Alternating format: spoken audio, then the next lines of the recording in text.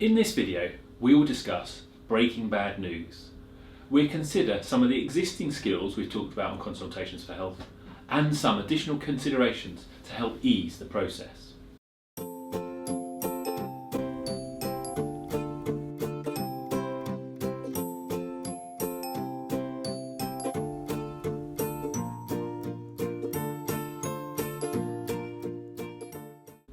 Welcome to Consultations for Health, helping you to progress in your communication skills to optimise the care of your patients. Many of the skills that we have already talked through on Consultations for Health are helpful to create a secure platform for breaking bad news and help to deal with this difficult experience or circumstance. If you have done all of the things that are conducive to a patient-centred consultation, then you will have created the best possible environment to break such news. However, we're going to talk through some of the other pointers that can help ease the process for the practitioner and, most importantly, for the patient. Some of the skills you've already developed may need to be used even more carefully, such as information giving, which needs to be really finely tuned and to take into considerations the patient's perspective and emotions at the time of receiving bad news. Breaking bad news is something that most practitioners find difficult, and you're not alone if you feel a little apprehensive. However, it is the patient that walks away with the reality of the bad news, so you need to make it 100% about them, and it's very important to dedicate thought to improving the way that you deliver such news. Hopefully, with this training and practice, you can feel more comfortable in this area in the future. Firstly, it's important to remember that as a healthcare practitioner, you will have had many consultations and made many diagnoses. While it is obvious to you that giving a diagnosis that may be terminal would fall into the category of breaking bad news, many other pieces of information that you give to your patients may seem slightly more trivial to you, but may be very distressing for your patients. It's important to remember this when you discuss bad news with patients, however big or small. If bad news is delivered in an abrupt or insensitive way, it can be devastating and have a very long-lasting effect for the patient, without you necessarily even realising. We're now going to talk through some specific tips for breaking bad news. If you need to call the patient in to discuss something, do this as soon as possible. Don't disclose the information weeks after you have found out, and make sure that you have sufficient, uninterrupted time to discuss the news. The consultation definitely shouldn't feel rushed. You should go through information and the patient's perspective slowly. Try as best as possible to put your own emotions and feelings aside. No matter how hard you find it to disclose the news, it will always be worse for the patient and their loved ones. When it comes to sharing information, there are several considerations. Firstly, gauge how much the patient already knows or understands and how much they wish to know. Some patients will want all of the technical and clinical details, and some will merely want to know the prognosis and next steps. Avoid using jargon or medical terms unless you know that the patient is comfortable with those terms and say, for instance, they're a healthcare professional themselves. You should try to give the patient some warning about what information is coming.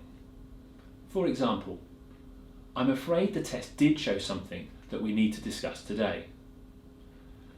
This will prepare them for the discussion without abruptly breaking the bad news.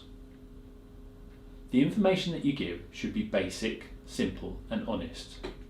You can go into more detail later, but start by focusing on the most important points while relating your explanation to the patient's perspective. You need to try and find the balance between tiptoeing around the information and overwhelming the patient with details.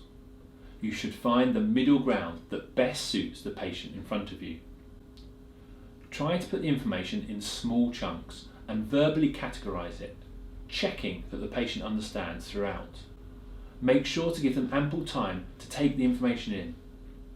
If the diagnosis is very serious or terminal, patients often don't take anything in other than the diagnosis itself.